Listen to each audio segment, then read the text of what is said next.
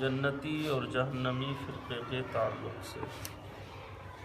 حدیث پاک ان ابی ہریرہ قال قال رسول اللہ صلی اللہ تعالی علیہ وسلم یکون فی آخر الزمان دجالون کذابون یأتونکم من الاحادیث بما لم تسمعوا انتم ولا آباؤکم فإیاکم وإیاہم لا یضلونکم ولا یفتنونکم، رواہ مسلم ومشکات۔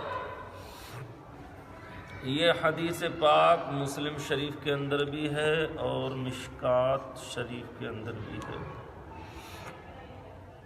اور اس حدیث پاک کے راوی حضرت سیدنا ابو ہریرہ رضی اللہ تعالی عنہ ہیں۔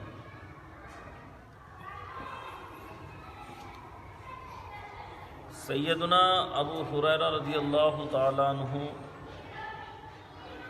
یہ وہ ذات ہیں، یہ وہ نبی کے غلام ہیں کہ سب سے زیادہ احادیث انہی سے روایت ہے۔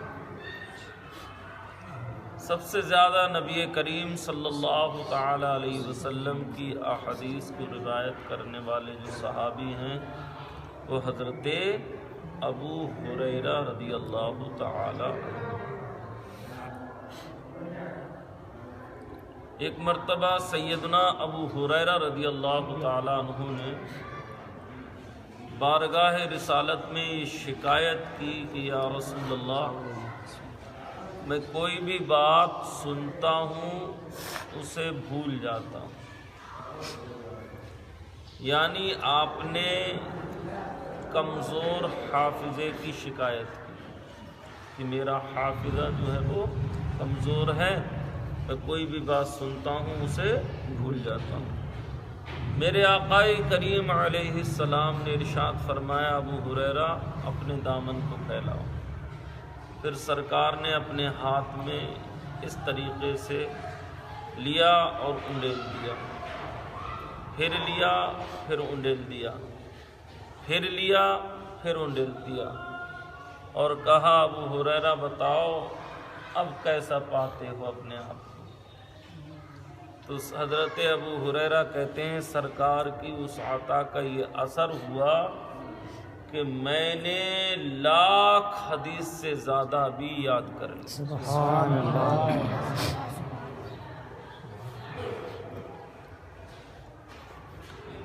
تو اس حدیث پاک کے راوی بھی حضرت سیدنا ابو ہریرہ رضی اللہ تعالی عنہ ہیں۔ حضرت سیدنا ابو ہریرہ سے روایت ہے کہ نبی کریم صلی اللہ تعالی علیہ وسلم نے فرمایا، آخری زمانے میں ایک گروہ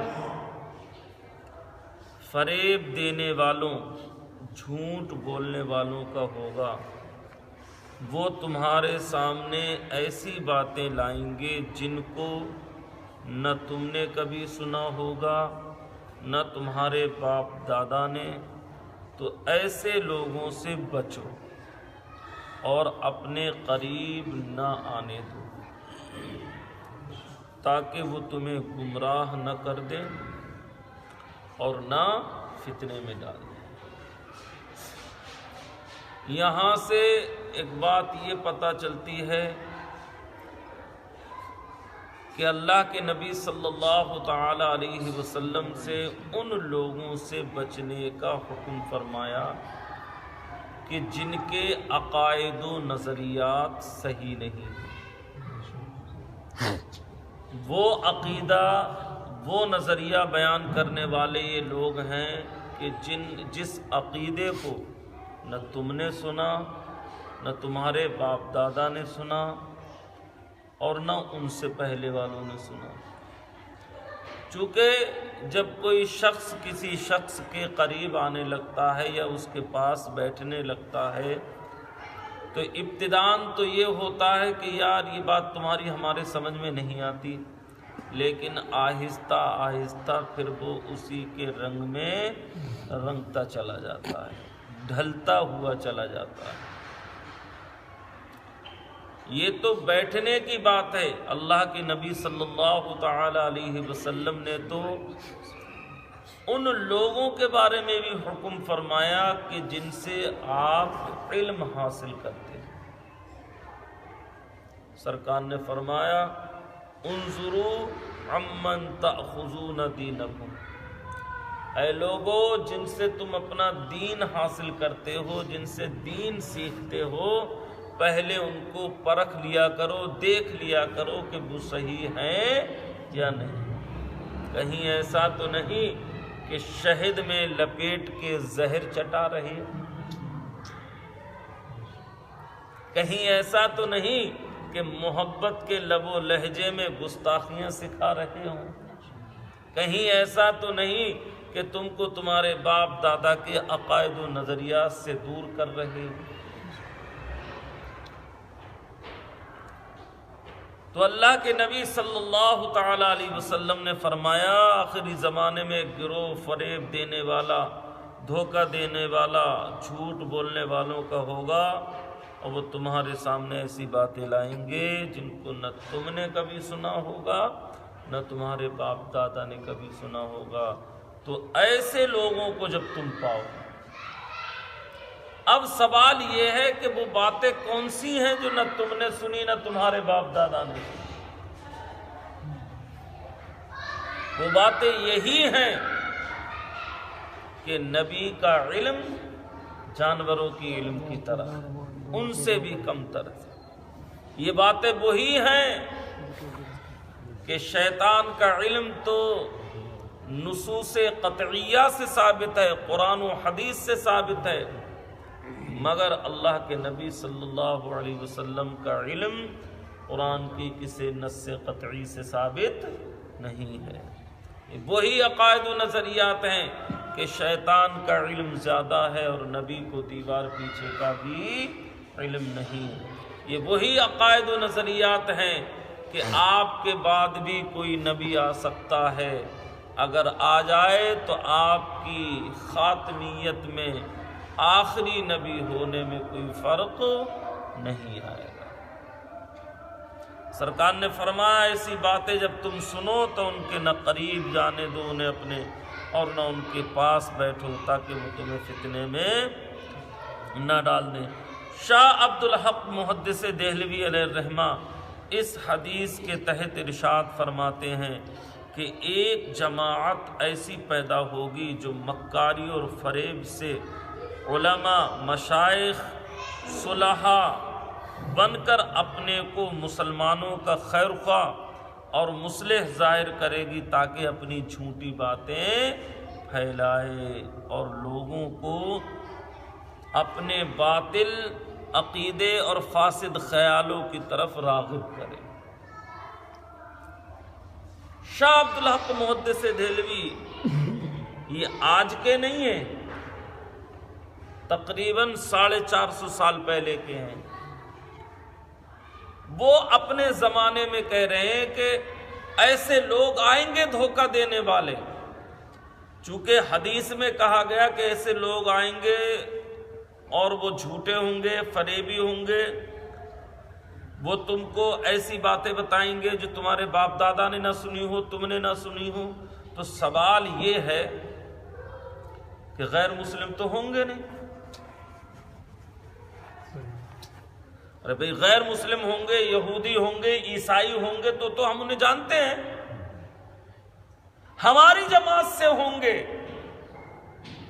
بڑے بڑے مشائخ ہوں گے، بڑے بڑے علماء ہوں گے، بڑے بڑے متقی پرہیزگار ہوں گے جو کہیں گے کہ ہم تمہارے بڑے خیر خواہ ہیں، بڑی داڑیاں ہوں گی، بڑے جبے ہوں گے، ہیں پگڑیاں ہوں گی سر پر، تبھی تو آدمی دھوکہ کھائے گا، ورنہ مسلمان ایسے لوگوں کے قریب کیوں جائے گا کہ جن کو وہ پہلے سے جانتا ہے کہ اس کے عقائد و نظریات صحیح نہیں۔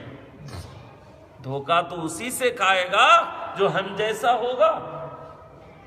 تو شاہ عبد الحق محدث دہلوی نے کیا فرمایا؟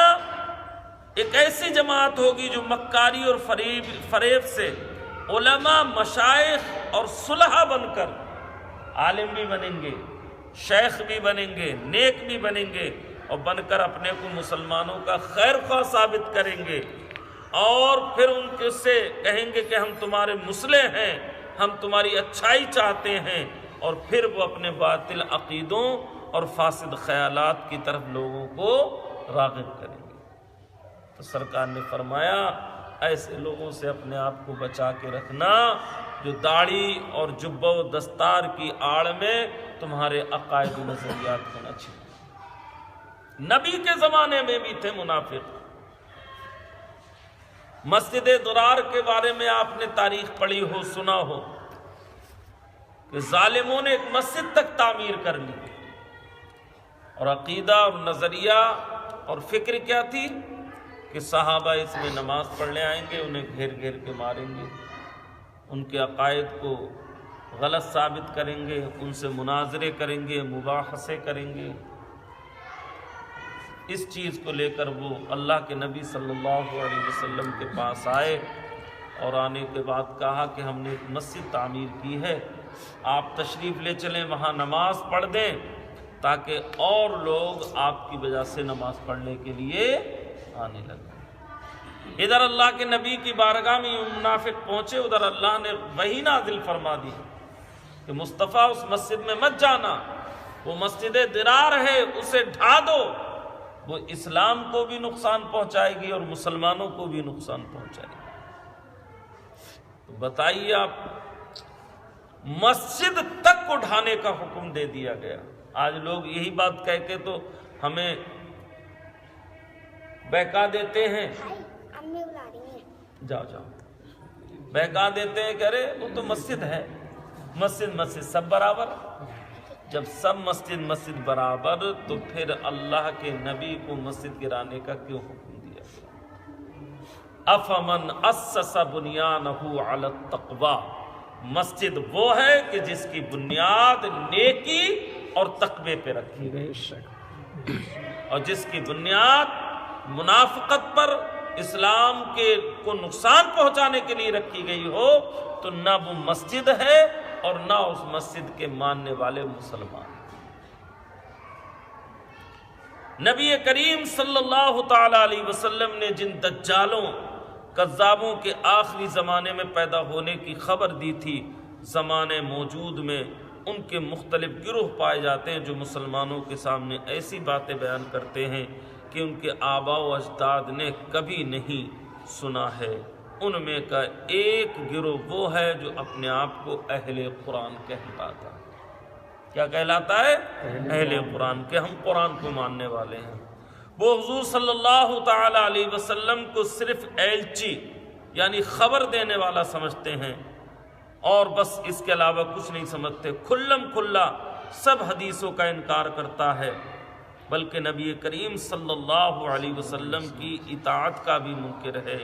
یہ وہ باتیں ہیں جن کو ہمارے باپ دادا نے کبھی نہیں سنا تھا، بلکہ انہیں تو خدا تعالیٰ نے یہ حکم دیا ہے، یا ایھا الذین آمنوا اطیعوا اللہ واطیعوا الرسول، اے ایمان والو اللہ تعالیٰ کی اطاعت کرو اور اس کے رسول صلی اللہ علیہ وسلم کی اطاعت کرو۔ تو یہ وہ گمراہ فرقہ ہے جو صرف قرآن کو مانتا ہے، جبکہ قرآن ہی ہم کو بتا رہا ہے کہ قرآن کے ساتھ ساتھ رسول کو بھی مانو۔ جس طریقے سے تم اللہ کی اطاعت کرتے ہو ایسے ہی اللہ کے رسول کی بھی اطاعت کرو، اس لیے کہ اللہ نے قرآن میں فرمایا من یطع الرسول فقد اطاع اللہ، جس نے رسول کی اطاعت کی اس نے اللہ کی اطاعت کی، اور جس نے اللہ کی اطاعت کی اس نے رسول کی اطاعت کی۔ تو یہ تو قرآن سے ثابت ہے کہ اللہ کا بھی حکم مانو اور رسول کا بھی حکم مانو۔ اگر کوئی شخص صرف اللہ کا حکم مانتا ہے، رسول کا حکم نہیں مانتا، تو وہ انسان گمراہ ہے، دین سے خارج ہے، اسلام میں اس کا کچھ بھی نہیں ہے۔ مسلمان وہی ہے جو اللہ کے ساتھ ساتھ اس کے رسول کو بھی مانے۔ اللہ تعالی ہم سب کو ان باتوں پر عمل کرنے کی توفیق عطا فرمائے، دوسروں تک پہنچانے کی توفیق عطا فرمائے۔